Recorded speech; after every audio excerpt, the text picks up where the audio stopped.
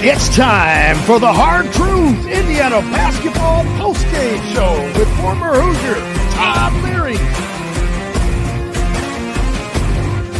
Now here's Todd Leary, and from courtside, your host, Jim Coyle. Hello.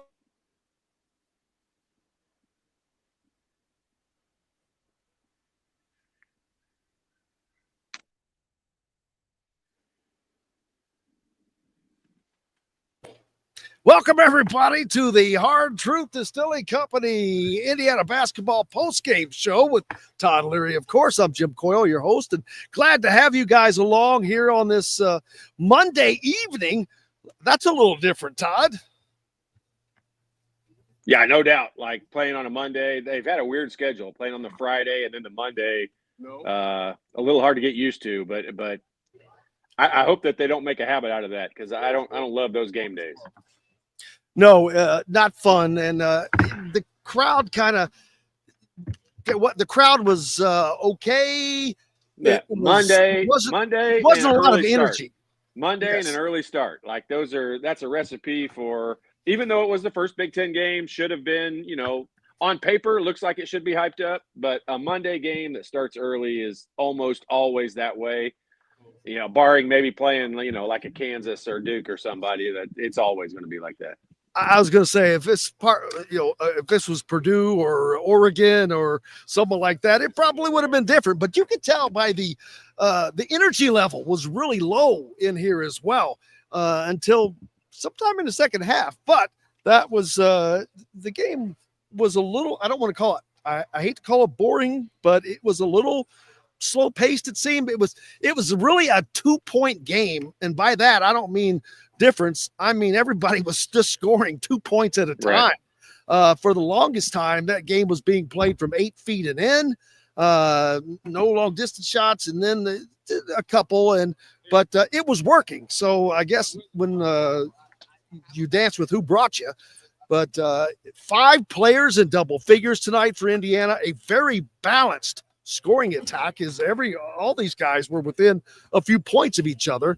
First, and we'll talk about Bryson Tucker and Caden Carlisle coming off the bench to provide 30 bench points, which is huge. Umar Ballo at the free throw line. What did he end up? 8 of 11? That's pretty damn good. I'm not sure I could beat him tonight on that one. For a 50% free throw shooter, 8 of 11 we'll take every day. You know it, man. But Indiana did what they had to do. They were in control of the game for most part of the game, but Minnesota stayed close. But that, again, it was because this was 2 points at a time, so they weren't doing anything to really stress them. Yeah, look, I'm not gonna be the politically correct person here and analyst with this. I'll just tell you, Minnesota's terrible. They're a bad team.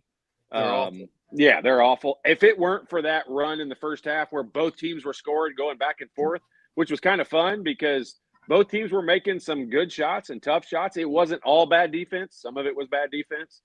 But, if it weren't for that, it would have truly, you could easily have gotten away with saying it was a boring game because it was a boring game for the most part. But I'm probably going to say it 4 or 5 more times on the show. Like, yes, it was a Big Ten game. On paper, that looks like it should be enough to get you excited, but it's not. Minnesota's terrible. Like, they're bad. The announcers try to sugarcoat it and make it out like, congratulations to Dawson Garcia for coming back for another year, and the Fox kid playing his 37th year in the Big Ten. And it's just, they tried to make stories out of it. End of the day, Ben Johnson's a great dude. I've heard interviews with him. Awesome dude. Looks like a fun guy you'd want to play for, but their team's terrible. They have no NIL money they were complaining about, and it shows because they're not any good. Well, they don't have, even though Indiana played a very mundane game, they were able to, but they were able to because they were just better than Minnesota at every position. Minnesota didn't, other than Garcia, who's obviously a pretty good player, but he probably looks a little bit better because he's like a diamond in a goat's butt, man. He shines. look, and he's kind of a stretch 4 player, and they had no one. I mean, Indiana has 2 bigs are I'll say the go-to players on the offensive end for Indiana, and there was just no one from Minnesota to defend those guys, the big guys on the inside, and so. Look, we've said this, and I'm not backing off of it yet. Like, maybe I will later on, but right now I'm not backing off of it, in that you can beat bad teams when you only make 4 3-pointers. You can beat them on a pretty regular basis, and that's exactly what happened tonight. If they had been playing Nebraska or Wisconsin, or teams that are going to score a lot of points and can throw in some threes, Michigan, this game would not have – it resulted the way that it did. Indiana is going to have to make more shots. End of the story. 4 3-pointers is not going to cut it. They are not going to win against a top 25 caliber team. You are not going to win 10% of your games only making 4 3-pointers in 2024 college basketball. No, I was thinking that very thing. While Indiana is pulling away and having their way with Minnesota, again, it was because Minnesota didn't have anything to throw at Indiana. Right. They had one guy. Yeah, and when you don't have that talent, and this conference, man, every day now, I started the season saying, well, I don't know who's going to be what, I've got a pretty damn good idea. I don't know who's going to win it, but I know that there are probably nine teams that you don't want to have to go play at their place for sure. And that's half the conference. So when you have something that deep and you're going to run into those kind of problems, you better win these games, because they're going to be few and far between. Yeah, there's no doubt about that. But I mean, you're looking at a situation, and I was trying to think the other day. I was having a conversation and trying to figure out who were going to be the easy wins in the Big Ten, because it seems like, I thought Penn State wasn't going to be very good. And then I don't know why I thought that. It's because I hadn't seen their roster. But when I saw how many guys that they have back, that's not going to be an easy win. And really the only team that I think is a team you should run over is Minnesota. And I hope for their sake that they are able to, catch on to something and gel together and make a run and play pretty well. I just don't think they are not skilled enough. And that's a terrible thing. Like, I hate to be that way. I'm not trying to be a dick about it. I mean, they're just not very good. And well, you know what? That's why we're here, to give the hard truth. It's not about the fake. It's hard truth, because they're not good. And that it is what it is. And I was thinking again the same thing. I'm like, man, everyone is probably going to be happy with this, but this game is scary to me if I were looking at it from a fan's perspective, because boy, I know what they're going to run up against. And while they won the game easily, it's how they did it, and which I'm not knocking, but I'm saying basically the same thing you said. That's just not going to fly against talented teams that have guys that are as good or better than what Indiana's putting on the floor in a scenario where they're running an offense, where they're trying to score and trying to put you in stressful situations other than just being bigger than you. Right. Well, I mean, Minnesota tonight Dawson Garcia is a very good player. A couple of their guards are pretty good players. But outside of that, like, they're not Division I big time college basketball level players. And so, I'm not here to try to beat down Minnesota. I'm just saying I hope Indiana is able to prove me wrong, but I will say you're not going to go to you're not going to go to Nebraska on Friday and only make 4 3-pointers and win. Like, I'm pretty confident in saying that's not going to happen. I think you would have to be hoping that Nebraska had a monumentally bad shooting performance day. And this is not like the old Nebraska teams. They're not that great a shooting team. They don't have Tominaga anymore. Like, they're not as good a shooting team as they were, but it's Fred Hoiberg, NBA-led offensive system, and they're going to be cutting and moving, and Indiana it won't surprise me if there's not a whole bunch of layups given up in that game, because Hoiberg is just good at designing plays where his players are all moving all the time. you've got to be connected defensively to stop Nebraska. And this is not like an anti-Indiana thing, because I'm thinking about some of these other teams. Purdue is a team also that they're going to be in trouble, because they have what they're doing right now is going to win some places, but other places they don't have the horses either. Right now, it seems like, or not just Purdue, but there are a lot of teams to where it's going to be about matchups in this league a lot of the time. It really is. A lot of teams are going to have days when they look like a national contender, like they could possibly win a championship. And they're going to have days when they look like Purdue looked at Marquette. They're going to have days where they just look like they're not that competitive. And we're just singling Purdue out in that scenario. But, so far, I think Michigan's probably the surprise of the Big Ten in their consistency. They were able to go in, and I think they got a big win at Wisconsin. Was it Wisconsin they went and won on the road for Dusty May's first Big Ten game? To win a road game like that, and then they were able to come back home. I don't even remember who they played at home, but they beat somebody again at home. They're just a surprise and a good team. But are you really surprised? Yeah, I mean, no, you're right.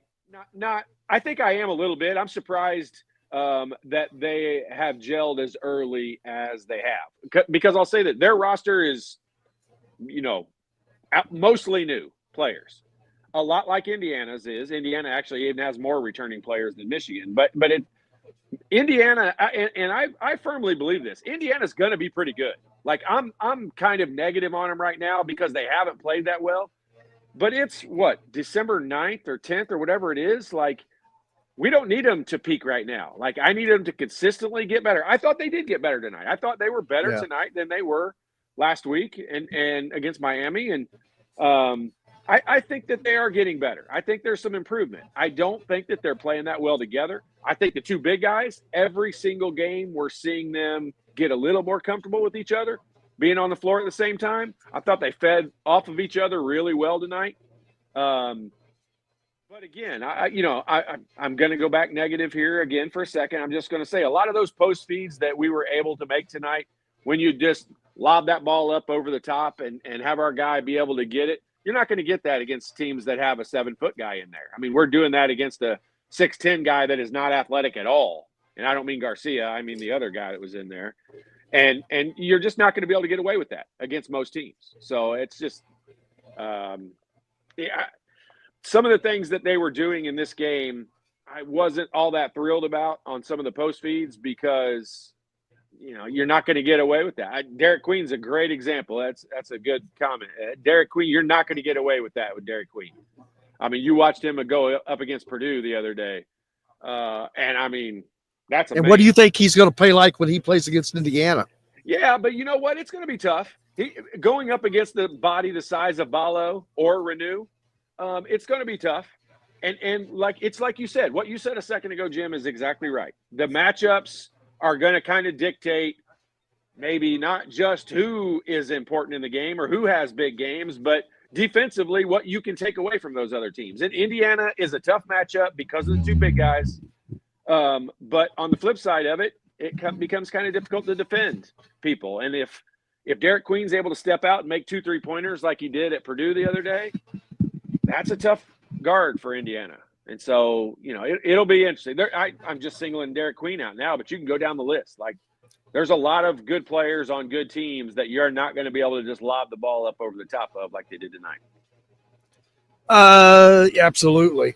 And the 3-point shooting, I mean, there's not a lot you can say tonight because Indiana puts up 14 of them, although a lot of those must have come late because, boy, it was a slow start to the shooting aspect of the game. They hit 4 of those 14, 28%.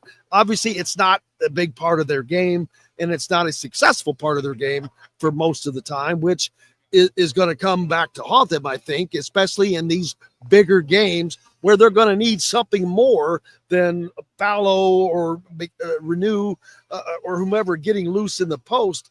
They're going to have that shooting when they play these more talented teams. Yeah, they are. You can't be one-dimensional. In today's college basketball, you can't be just a 3-point shooting team. You can't be just a pounded in the paint team. You've got to be able to drive, kick, I honestly believe, Mbako's maturation and the next thing that he can work on and get good at is getting a shot off the dribble, creating his own shot. And you hear that a lot about you hear that a lot about guys going to the NBA and the what they learn there is their shot making ability and able to create their own shot. And he's just not able to do that at this point right now in his career. So making standstill shots. I mean, he made the only 3-pointer for Indiana's starting lineup tonight. He was 1 for 3. No one else. Renew attempted 2. He missed them both. Galloway attempted 1. He missed them both. Ballo obviously didn't shoot 1. Rice didn't shoot 1. So, it's obviously not a focal point of the offense. We all know that. That's not going to change no matter how many times you and I sit here and have this conversation. That's not going to change. But you have to be capable of making it. And 4 of them is not showing that you're capable of making it. You got to make I think 6 is the bare minimum, and I think you got to do a whole bunch of other things well if you only make 6 3-pointers in a game. And your defense better be pretty solid. But, the average team, I think, is going to make 7, 8, 9, 10 plus 3-pointers. And those teams are going to be hard to beat for teams that are not capable of making them. Some some very positive things to talk about. Bryson Tucker, you have to start right there. He has become one of the consistent scorers for this team, and he does it in different ways. He did it driving to the rim tonight. He did it by some short-range jumpers. Did he attempt or make a 3-pointer tonight? I don't know why I can't see his name, but I'm looking right at it. I think he attempted 1 and he missed it, then that's okay. Now, he was 1 of 4 at the free throw line. That's not good when you have Umar Ballo knocking down 8 of 11. Yeah, no, Bryson Tucker was 4 for 6 from the free throw line. 1 for 4 was Trey Galloway. Oh, I'm looking at the wrong one. My bad. Yeah. Yes. But I mean, you're right on all accounts. Like Bryson Tucker, you can see him getting more comfortable. You can see him feeling out the program and the process, and you can see it won't shock me if we don't see him break into the starting lineup maybe a little bit. Although I don't care about the starting lineups and all that. It's who gets to play the most minutes. But I will just say, like, I thought Bryson Tucker in the first half, and I'm not trying to pick on Mike Woodson, so I'm just stating this because I noticed it. I thought Bryson Tucker earned the right to start the second half the way he played in that first half. Not just because of the points that he scored, but he rebounded really well.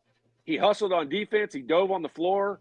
I thought he earned the right to start the second half. And that was one of the things that I always loved about Coach Knight and our program back then was how many times I did not start a game, just using myself as an example, but I played well enough in the first half, I started the second half. And I always took a huge amount of pride in that. And I think Coach Woodson, it's just his philosophy, and it's kind of an NBA thing, but he's much more set in his rotations and how they rotate. And I get it. There's something to that. Guys knowing when they're going to come in, guys knowing who they're going to play with. They know the kind of the game situations. I get it. But I just don't think you have to be that hardcore on it. I thought Bryson Tucker, maybe more than anyone else I've seen throughout this entire season so far, I thought he's a guy that earned the right to start the second half, and I wish Coach Woodson had rewarded him with that. And, and I never thought I would hearken back to Lil Rhodey, Archie Miller, but that was one of his downfalls. He would not alter the state lineup, start a game halftime. It didn't matter. Nope. And it doesn't make sense because, hey man, if somebody's hot, you ride that hand. Roll it. Agree. And 100%. Ride that hand. And I don't even know why. Don't even take them out of the game unless their tongue's dragging. I mean, and you go through like old. I get it. You can see when a guy's starting to run out of gas a little bit, and I'm not saying, run them until they make bad mistakes, but I thought Tucker's performance tonight was different, and it wasn't just the points. The points were great; they were important. They needed him, but the way he rebounded, the way he cut, I really thought he earned the right to be on the floor, and I thought that you should have rewarded him. Otherwise, for guys to know the lineup is that set, no matter what. I mean, I think foul trouble is probably the only thing that's going to change that lineup right now, unless Coach Woodson changes his philosophy a little bit. And honestly, I think the more that we talk about it and say it and people ask the questions and all that, the least likely he is to do it. Like, I think that makes him less likely to pull the trigger and make a change. He doesn't like to be told what to do, I don't think. But I really thought if it was me, I would have rewarded Bryson Tucker based on his effort. Now he had 6 rebounds. Like I said, his points were coming in different ways. He was rebounding the ball. He was just very active. And that's another thing you didn't see a ton of tonight. Some people think that the game was faster paced. I guess I didn't see it that way. At the beginning of the game, it was. They were going back and like Indiana a couple of times. Minnesota scored, and Indiana no dribbles, like inbounds pass, throw ahead pass, and the guy was able to lay it in, or a guy took a shot quickly. And so yeah, there were some times in the first half I did think that they played faster. And even with Ballo ran the floor one time. We threw it to him on a fast break. He beat everybody down the court. So I'm not just saying it needs to be the small lineup. I think I would feel better if I thought Coach Woodson was more open to playing. I feel like he's very reluctant and he doesn't want to do it. And I'm not going to say he's hoping that the other lineup is more successful because I'm just being petty at that point. But right. I just hope that they play the lineups the way that the guys are playing well. What the point that you made about riding a hot hand, like that is the NBA. That's what the NBA does. I mean, I watched the Lakers before, and they'll get Austin Reeves getting hot one day, and LeBron and Anthony Davis won't take a shot for like 10 straight minutes. They just keep feeding him the ball and letting him shoot. Because when guys get hot, you ride them, no matter who it is. And well, I mean, you played with plenty of guys who you had a roster of great shooters, but that didn't mean everybody was good on a particular night. And sometimes guys just get hot, man. It doesn't matter what. You, for example, at the end of that damn Duke game, I mean, the fact that you didn't get that ball and Jamal got it, I'm sure fans will still pull their hair out because you were on a heater, and that's different. Yeah. But it's the same point. But you get the point, and you get that. You just hope that that at some point in time, the lineups end up shaking out, and guys are able to recognize when someone's hot and keep it going and feed them the ball. And I think for the most part, they do that. Like there was a lot of really good things I think happened tonight. I think we're sounding pretty negative, mostly because we're negative about Minnesota. Like they just are not very good. I'm not going to sugarcoat it like this is some great victory.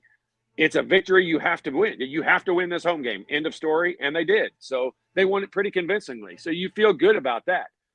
Shooting, 18 of 29 from the free throw line, that's not good. Only making 4 3-pointers, that's not good. Defense wasn't great, especially the first half. Defense wasn't great. We gave up too many easy baskets. But you're going to do that. Like if I was talking after, who just won big games, like Kentucky just beat Gonzaga.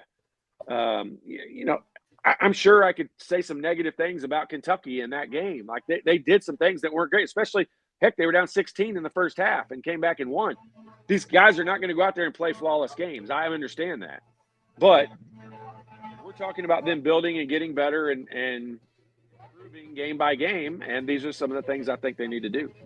Well, there's what we talk about each game. It's not to be positive or negative.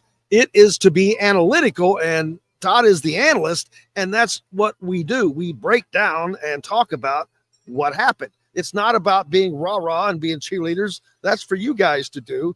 But Brian's comment that he's happy that Indiana won, but that didn't help them get into the dance, could not be more accurate. That's not a win that is going to propel you into the NCAA tournament. Yeah, but it's they one that can't it's beat one other that if guys. you don't win, it's one that if you don't Oh, you win, have to have. can eliminate you from the tournament when you get down to the end of the year. So yeah, I'm not really sure what the point Brian's making there is. They had to win. They had to win this game, or it's a big black mark at the end of the season. Oh, And they've I got to think work that on he that understands RPI. that. It's just They've got to work on that RPI right now. Yes, like they've got to stack some wins and get that RPI back up there because it's not good again. And this is, what they went through last year at the beginning of the season. When you have opportunities to beat certain teams and to beat them in a way that it leaves no doubt. Tonight, they kind of did that, but they did, but they won the game, and they won it kind of in a way that they needed to, and that's fine. The problem is they haven't beaten anyone going to improve your RPI. South Carolina is by far the best win that they have right now, right? I mean, would you agree with that? That's absolutely, because that's a home game against a team that's likely not going to make the tournament anyway. So at the end of the year, right now they don't have any victories that are going to bump up the RPI. Now they will have. I'm not being negative and all of a sudden acting like doom and gloom. But at this point in the season, they had a couple of opportunities in Atlantis to win, to get some quality wins. And right now, Indiana doesn't have any quality wins. Thankfully, they don't have any real negative losses. Louisville, possibly, but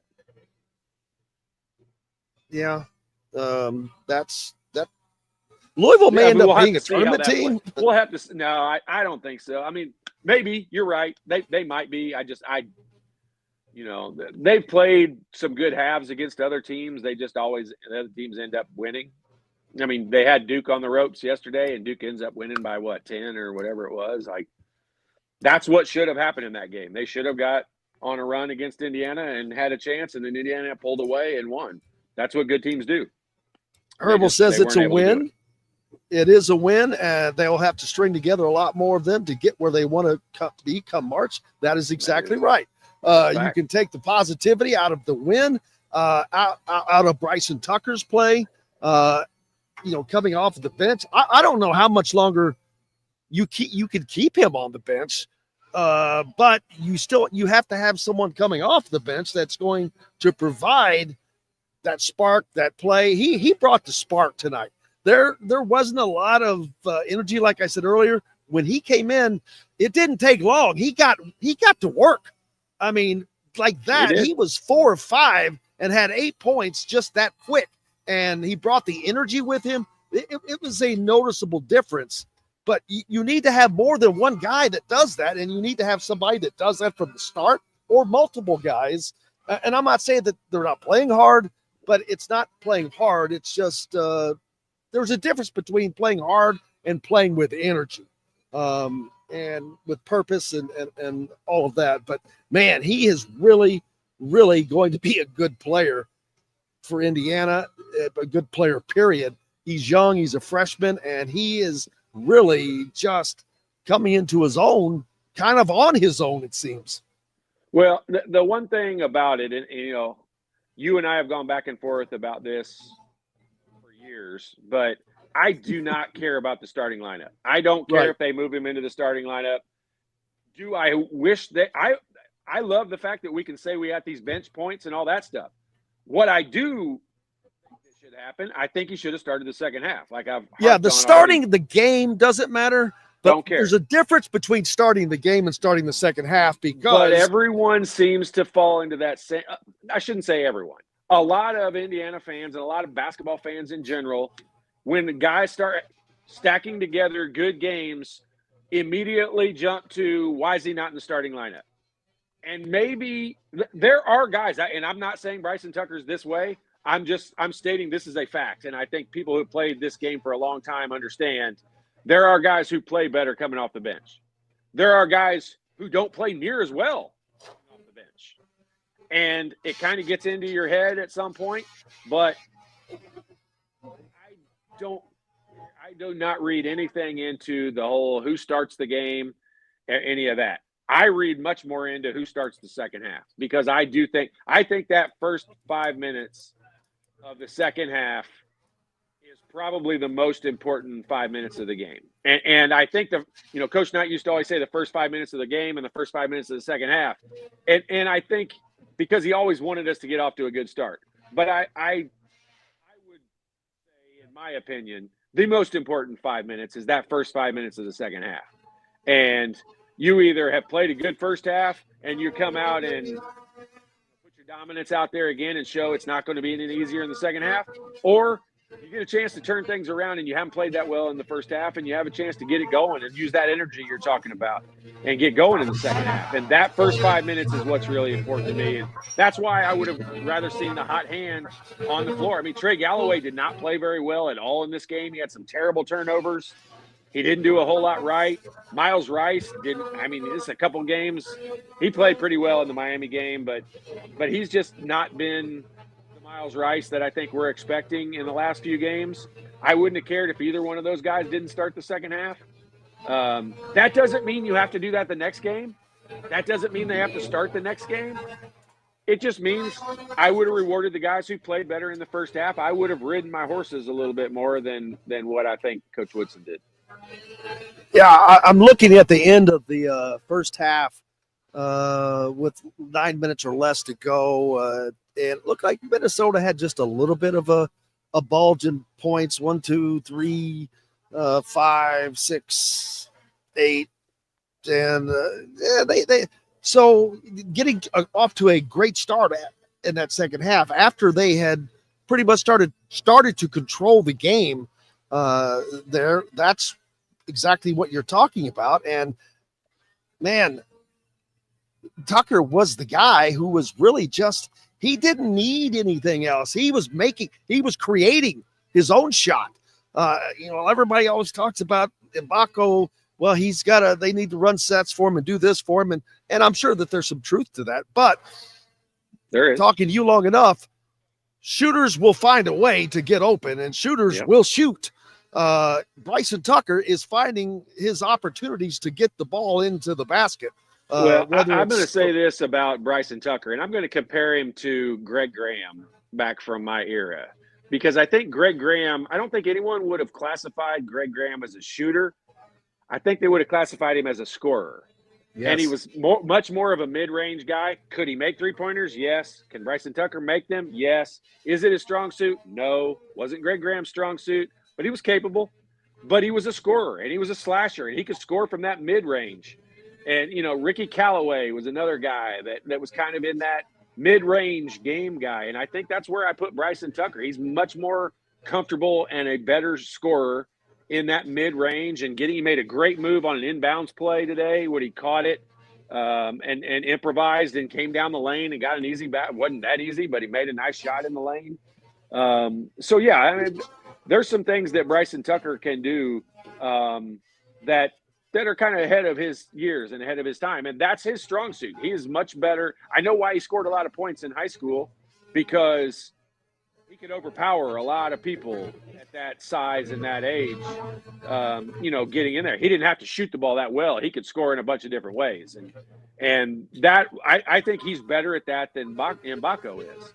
Now, standstill shooter, Mbako is one of the best in the country. Like I'll stand my ground on that one. Like, he is as good as anybody at standing there knocking down shots.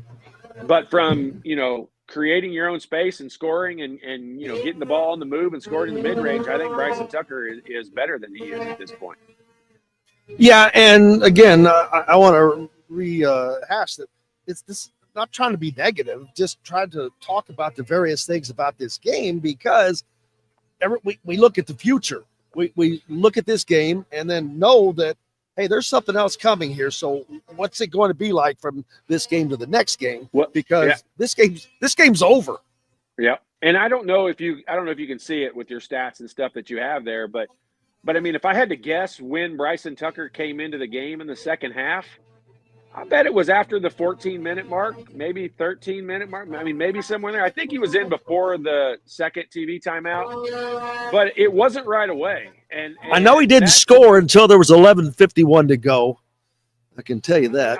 If I'm going to guess, I would say it was the 13, 14-minute mark, which I'm just saying, like, you take that's a long time. 15, 20-minute halftime break, and then you go take – you sit on the bench for another 15 minutes while they play that 5 or 6 minutes at game time, and there's a half hour you haven't done anything, and that's that for a guy that was hot and playing well. I'd just like to see him be able to get out there and start sweating, to start the second half and reward guys. It was always something that we took big pride in it. Not just me, a lot of people, a lot of guys did, and then think about it this way: if you're a guy who did start, you get to start the second half. What about the guy that didn't? What is that? You battle. You better work harder. That's right. You don't want to lose that spot. And there's the competition, the inner team competition is something that makes you really good. And I thought those guys should have had to earn their spot back in the second half. And I'll stop saying it because I'm just beating a dead horse here. I'll stop talking about it. But I would have liked to have seen him get rewarded for that first half he played. Absolutely. And that's the one thing I wonder about this team is how much inner competition there is. Because if you're starting, if you know that you're going to start the half when you come out, if your minutes are not going to be, clipped, you're going to play X number of minutes no matter what. That doesn't create any anxiousness. It doesn't create or cause you to really work harder, to talk to yourself and say, hey man, I got to get with it. I got to bust my ass here. I'm getting behind. I just turned the ball over 3 times, or I haven't done anything. You have to have something that pushes these guys if they're not pushing themselves. Yeah. I mean, let's just look at an example. This is why I think Bryson Tucker played so well. Because, yes, he had 16 points, and, yes, that's awesome, and obviously was extremely important. But Luke Goody played 19 minutes, and Bryson Tucker played 20 minutes. Bryson Tucker had 6 rebounds and an assist. Luke Goody had 0 rebounds and an assist. And I said this before I looked at Goody's numbers on there. I said this about Bryson Tucker earlier. I thought the best thing that he did in the first half was rebound. Rebound overall. And how you get yourself involved in the game. And that, to me, I felt like I don't think Luke Goody ever got involved in the flow of the game. And the best way to do that is to take a charge, get a rebound, make a good defensive play, get a good assist. Yes, obviously scoring a basket. Everybody knows that's a good part. But the 6 rebounds from Bryson Tucker, in my opinion, was just important for the flow of the game as his 16 points. Maybe not quite, but close. 16's a lot. If he'd had 10 points, I would have said his 6 rebounds was just as important as his 10 points. 16 points is a lot. That's great. It's probably not quite as important, but that 6 rebounds was big. And I thought that's what made him get into the flow of the game. And hopefully Luke Goody recognizes that and is able to come out and get himself more involved. Kanan Carlisle in this game had 3 rebounds and 5 assists in 22 minutes. Yeah, he had 14 points, but I'm telling you, the 3 rebounds and the 5 assists is just as important. It's a big deal. And I thought that's what those guys did in their contributions just as much as their 30 points they threw in. 9 rebounds and 6 assists between those two guys is a great stat line. 21 assists on 30 made field goals. That's pretty damn good, too, when you look across the line and see that Minnesota only had 12 on 26 made field goals. So they're moving the ball a little bit. But, again, there's probably going to be a lot more assists when a lot of the shots are coming from closer in. Yeah, you're throwing it in. You're throwing it to a guy who's going to shoot it. There's not as much dribbling and, a lot of those teams that don't average very many. You saw Minnesota tonight. They pound the heck out of the ball. Those guards are dribbling like crazy. It's hard unless they drive and kick. It's hard to get a ton of assists because those guys dribbling and are going to shoot it at some point. So, the assist number can be. It's a little skewed sometimes. It can be a little weird, but Indiana shared the ball pretty well tonight, and that's definitely a good sign. And the next game in Nebraska, Carlisle's going to start. The only reason he didn't start tonight was he was coming back off of that injury, and Mike said that Well, we started Gallo last time, so they just thought they would start him this time and ease him back in, which maybe that helped in the end. I mean, you get 30 points coming off of the bench, man. That's not a lot of teams get to do that, but that's an exception, not the rule for this team, because he's going to be in the starting lineup most of the time. And can they mix these rotations well enough to where you're not losing this when you make those changes, because that's something we've seen before. And hopefully he doesn't get too anxious to take all those guys off at the same time. And then you mentioned Goody, the last game out, man, he was in the flow. He was knocking down shots. Right. And not only that, he was taking those Caitlin Clark shots. And that's how good he was feeling. How goody he was feeling. But you could just tell he was in the moment. He was in rhythm. He was looking for the ball, wanting the ball. Never saw that really tonight from him. Yeah, and I'm telling you, that's a part of it. Every game out is a brand new adventure. It doesn't matter what you did the game before.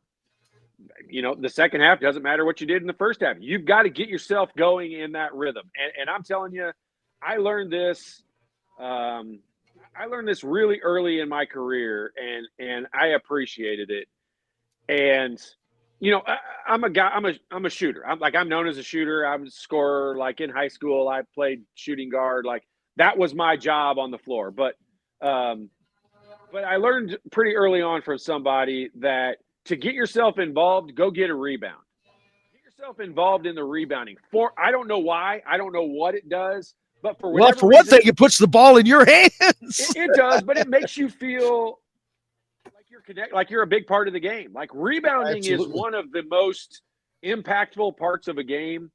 That it does get celebrated because they hear them talk about double doubles all the time, and the guys that lead the nation in rebounding are always celebrated and talked about. And Ballo shores that up for Indiana big time. Like he is a really, really good rebounder. But I mean, I learned that early on. And a good way to get yourself involved in the flow of the game is go get a couple rebounds. And I'm almost usually always the smallest guy on the floor, but so's Braden Smith, and he's probably their second leading rebounder. If not, he's pretty darn close. And so it's not size, it's more effort of anything in rebounding. Some of it's size, some of them just goes to the bigger guys. But I learned that early on. And go get yourself involved by getting some rebounds. And I'm telling you, if this stat line tonight, first of all, I don't think it would have been 16 points had he not had the 6 rebounds. But I don't think he would have felt near as comfortable in his play in tonight's game. I bet he feels pretty darn good about those 6 rebounds. And if he doesn't, I hope somebody shows them to him, because I noticed it early in the game. He was rebounding, and I said it here sitting at the house. He's going to have a good game because he is mentally connected in this game, and he is making a concentrated effort to go get rebounds. And he did, and it never really let up for him. And you talk about rebounding between Bryson Tucker, Miles Rice, and Kanan Carlisle. They had 14 rebounds, which is good on paper, but also, though, they only had 1, 2, 3, 4, 5, 6, 7, 8 guys that even played all night. So somebody had to get the rebounds. But it's good to see guards grabbing the board, 7 apiece for the big guys. Hey, if we're going to sit here and complain and say we want a smaller lineup and a faster lineup, then those guards are going to have to rebound, and they are. And I'm not. I'm giving them credit for what they're doing. I'm not saying they're not doing it, but we as fans want the faster pace.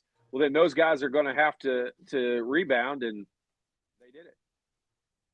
Absolutely. Let's see. Miles Rice didn't have a great game from a statistical standpoint tonight. 2 points, only took 4 shots on the night, did not put up a 3 attempt, only 1 free throw attempt in which he missed. He had the 5 rebounds and 4 assists in his 21 minutes. He was solid. He was okay. I mean, Galloway was the one to me that never got involved in the game in a good way. Like he had 1 point, 1 rebound, 3 assists, but he had 4 turnovers, and they were all pretty bad turnovers. and that's in 26 minutes of play. I mean, he only take the one shot all night, and he was 1 for 4 from the free throw line. And so that to me is like, you can just look at that on paper. The 3 assists, he's on the floor for 26 minutes. You're almost going to fall into 1 or 2 assists. So you get lucky off a guy making a shot, or he feeds the post a lot. So that's probably where his 3 assists came from. And Trey Galloway is one of my favorite players on the team. So I'm not bad-mouthing him. I'm just saying this was not anywhere near the level of play that we're used to seeing out of Trey Galloway. He and Goody, Indiana has 8 really, really solid players. There's not a lot of teams in the country that can say that. And I think the 3 guys that came off the bench tonight, Luke Goody, Bryson Tucker, and Kanan Carlisle, all 3 could very easily be, slotted into those starting roles. Maybe only 2 of them, because I don't know that you're taking Renew, Mbako, or Balo off the floor to start the game. But, there's 8 players that, there's 6 of them that are pretty interchangeable. 2 of them are big guys, but there's 6 of those 8 that are pretty darn interchangeable. And that's a good position to be in if you're Indiana. Up next for the Hoosiers, Nebraska at the end of the week, a little bookend games. Another again. Friday game. What the hell's with these Friday night games, man? Come on. I understand it. Come on, man. But they have to travel on the road. On top of that, you go to Nebraska on a Friday night. Probably not this is not going to sound the way I meant it, because I love Lincoln. It's a great, great town. But Lincoln, Nebraska is probably not where you want to be on a Friday night. Hopefully their fans are bored too and all stay home, and hopefully they're snowed in and can't come to the game, and it's a dead crowd, and Indiana has a chance to go in there and steal one. Well, they're going to need to. That's a game that Indiana actually, I hate to use the word, has to win on the second game of the Big Ten season. Kind of a game Indiana has to win, I think. Well, has to is, I know, this time of year, but I know. When I look at the rest of the conference, that's why I think that. I know what you're saying, and this is always true. And when you're able to get off to a good start, and all the teams, every team in the Big Ten is playing these 2 games, out in front of when the whole conference season starts, and you're able to get off to a good start and win and put yourself at the top of the Big Ten, because there's going to be a bunch of teams that are 2-0, but if you're one of those teams that gets to start out 2-0, there's an awful lot of good teams that didn't and aren't going to start out 2-0, and you just give yourself such an advantage. Plus, I will say, like, Indiana's got to go on the road and steal 4 or 5 victories. I don't know if they play Minnesota on the road or not. But they've got to go steal 4 or 5 victories on the road to even have a chance to win the Big Ten. And Nebraska is not as good as they were last year. They're still pretty good, but they're not. Louisville has 3 players out for the season. Was Russell saying 3 players are out for the season? Did they get suspended or are they? No, I'm assuming by injury, which I wasn't aware of that. I only popped that up because earlier I said that Louisville's probably a tournament team. If they've got 3 guys out, they're not making a damn tournament. That's for sure. Well, if one of them's Chucky Hepburn, they're definitely not. But yeah, I mean, you've got to steal some road games, and this is one. I think Nebraska will be favored. I think based on what they did last year, I think Nebraska's probably, this is a game Indiana's not going to be expected to win, but this would be a great one to steal. This would be a good one to go get. You'd put yourself in a real good position. Well, every game like this that you don't get, you're going to have to get it someplace. And whether that's on the road against a much tougher opponent, they're going to have to steal a win like that someplace during this season if they want to move forward in the postseason, because I don't think a sub 500 Big Ten record team is going to play in the tournament. So it's going to be very, very tough with 18 teams that are going to be fighting in those 20 games that you play. You're going to have to steal a win somewhere. And I'm looking it up right now. Like they do not play at Minnesota. So that's not going to be one of the ones they're going to be able to go get. They've got between at Nebraska, their first two Big Ten road games are at Nebraska and at Penn State. Now, I would have told you before, Penn State was one you probably should win. I don't really feel that way anymore because I watched them dismantle Purdue. And how did they do that? Wasn't even a game. That wasn't even a game. Because they have a bunch of veteran players and they got off to a good start. And, they've got a guard-led team. Ace Baldwin is still there, believe it or not. Like I swear I think I played against him. But he's still there. And when I looked at their lineup, Puff Johnson's still there. The Hicks guy is still there. The nucleus of their team. It's not Puff Daddy. They're all right. Yeah, Puff Johnson is this was a 5-star recruit that was at North Carolina. And now he's got a little confidence at Penn State. Like, he's a different player. And so I'm just saying, like, when I'm looking at stealing, games, and we just watched Illinois get beat at Northwestern, Ohio State's not going to be an easy one. Iowa is your other road game. They have to go to Iowa. Michigan State. They've got to go to Ohio State. Northwestern might be a game there. Northwestern not like they were last year. Illinois just got beat there. You've got to go to Wisconsin, where Indiana's had no luck for the last 3,000 years. Michigan State. The real opportunity is going to be the end of the Big Ten season, and the two of the last three they play at Washington and at Oregon. That's Oregon got beat at home by UCLA last night. Maybe they're beatable. I don't know enough about them, but UCLA is one of the better teams in the conference this year, probably. Yeah, Oregon was too. They were undefeated, ranked 12th. Yeah, they were. So. Right, I know.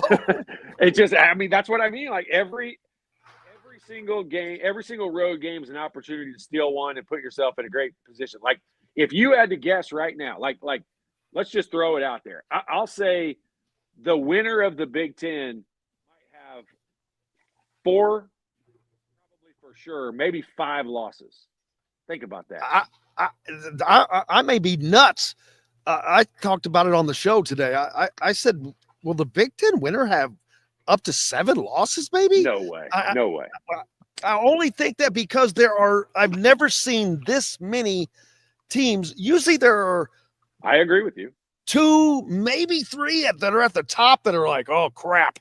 Nobody wants to play. And then you've got that middle. It's all middle right now. It's from the very outside of Minnesota. Like I don't know enough about Washington, UCLA, or Oregon, or USC yet.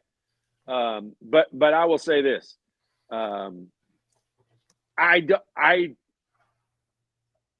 know where Indiana is going to get. I don't know. I'm just trying to look at. I can't figure out. Without Indiana playing better, I kind of lost my train of thought. Sorry, but these road games are going to be difficult. They're going to be Indiana's going to have to do some good stuff and play better than they've been playing. And they're going to have to play good at home.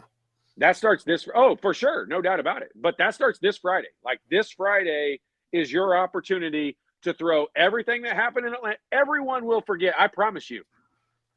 Everyone will forget what happened in Atlanta. Win this game on Friday. Like I firmly believe that's true. Winning cures everything. And that covers a lot, and that would certainly cover this. Well, looking forward to the next game. Of course, we'll get to talk to you before then. So we'll get to have a preview and a review next Friday. Todd will join us on Indiana Sports Beat Radio, as he does each and every Friday. Looking forward to it. We are 2 weeks away from the college football playoff in South Bend, Indiana. The Fighting Irish. I'm so old, Todd. I was at the last game between Indiana and Notre Dame in 1991. It was pretty cool, I have to say, to have been at that game. Trent Green was the quarterback for the Hoosiers. They've got another Trent Green-esque quarterback in Curtis Rourke, so it's going to be fun. But man, it's fun. Hopefully the basketball program can keep it rolling, because the football team has got it going right now. There's a lot of excitement, and it would be nice to see it roll on into March, but we'll find out because we got a lot of time for this thing to play itself out. Oh man, super excited. What a great, awesome thing for the whole university. People have said for years, and I never really believed it or understood it. But when your football team is good as a college program, as a college institution, it's good for everybody. It's good for all sports, men's, women's, doesn't matter. It's good for the students. It's good for enrollment. Your football team is good. Basketball teams also, obviously, I'm a basketball guy and all that. I never understood it, never wanted to believe it. I've heard it from Ohio State people and Alabama people and Georgia people for years. When your football team is good, it's good for everybody, and it's a fact. It's true. It is definitely that. Well, brother, it is always a pleasure to get to do these shows with you, and we greatly appreciate you, man. And we'll look forward to doing it again on Friday. Of course, we're back with Indiana Sports Beat Radio each and every day, and Todd will be back with us on Friday, like I said. Check in. What is tomorrow? Tomorrow's Tuesday, so we're going to be talking a lot about football this week. I'm just not going to lie to you. For the next 2 weeks, it's football, baby. You got to ride the hot hand, and let me tell you, that's the hot hand right now. Well, there's only one basketball game between now and the football game. There's going to be a lot more football. Yeah, crazy. Cannot thank each and every one of you guys enough for joining us here tonight on the Hard Truth Indiana Basketball Postgame Show with Todd Leary. And, of course. Hey, do you know what time? I'm sorry to interrupt you. Do you know what time that the Notre Dame football game is? 8 p.m. Announce the time before it. It's an 8 p.m. It's a game. late night. You know, IU plays what? Chattanooga? Same day in basketball in the daytime? Is there any way we can move that? Next day. No, it's the next day. Oh, do they play on Friday? Yeah, the football game is Friday night at 8 o'clock. Oh, nice. Oh, that's much better. I was going to say, that Saturday basketball game's at noon. Saturday at noon, you better hustle and get back. Good for you. It might be good for you, but when I'm rolling in at 6 a.m. from South Bend, it's not going to be so good for me. I'll just tell you right now, we're not doing the show. We're not doing a show on that post-Chattanooga game. You never know. Well, you know what? Hopefully we won't have to because it's Chattanooga. Once we get into the Big Ten season full time, we're going to be here all the time. But we might skip that one. We'll see. We'll see how it goes. But thanks again to everybody for joining us. Todd Leary, of course. What's that?